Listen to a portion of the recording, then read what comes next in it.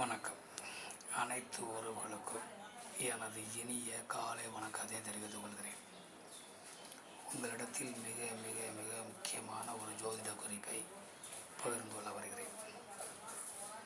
நாம் இந்த பிறவியிலே கஷ்டத்தை அனுபவிக்க பிறந்திருக்கிறோமா, நல்ல பலன்களை அனுபவிக்க பிறந்திருக்கிறோமா, அதிகமான கஷ்டங்களை வாழ்க்கையிலே அனுபவிக்க பிறந்திருக்கிறோமா, அதில் பட்டும் படாமல் லேசான கஷ்டங்களோடு வாழ்க்கை கடந்து விடுமா என்பதை பார்ப்பதற்கு கிரக அமைப்புகள் என்பது ஏராளம் இருக்கின்றன. அதில் ஒரு அமைப்பை வைத்து மட்டும் நாம் இப்போது பார்ப்போம். அந்த அமைப்பு என்பது ஞானக்காரகன்,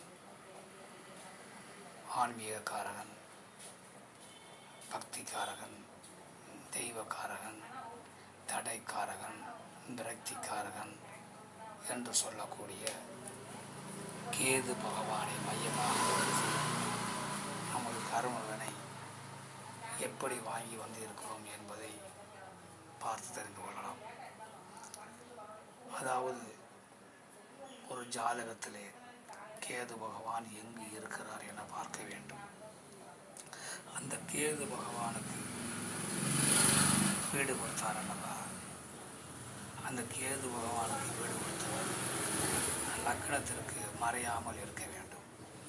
அப்படி லக்னத்திற்கு மறையாமல் இருந்து விட்டால் அந்த ஜாதகர்கள் ஓரளவு கஷ்டப்பட்டு அந்த கஷ்டத்தை பெரிதுபடுத்தாமல் கடந்து வாழ்க்கையில் தன் வாழ்க்கையை முடித்து விடுவார்கள். லக்கணத்திற்கு மறைவு ஸ்தானம் என்று சொல்லக்கூடிய, துஸ்தானம் என்று சொல்லக்கூடிய, கெடுபலங்களை விளைவிக்கக்கூடிய ஸ்தானம் என்று சொல்லக்கூடிய 3, 6, 8, 12 ஆகிய வீடுகளில் அந்த கேது பகவானுக்கு வீடு கொடுத்த கிரகம் இருந்தால் அதிகமான கஷ்டத்தை அந்த ஜாதகர்கள் அனுபவிப்பார்கள். சரியில்லை, அந்த கேதுவுக்கு வீடு கொடுத்தவர்கள் கேந்திரத்தில் இருக்கிறார்கள், திரிவோணத்தில் இருக்கிறார்கள் என்றால், அந்த ஒரு 2 இருக்கிறார்கள், 11 இருக்கிறார்கள் என்றால் ஓரளவிற்கு அந்த ஜாதகர் கஷ்டப்பட்டாலும் வாழ்க்கையை கடந்து விடுவார். மிகுந்த கஷ்டத்தை பட மாட்டார். இந்த அமைப்புகள் உங்கள் ஜாதகத்தில் இருக்கிறத பார்த்து கொள்ளுங்கள்.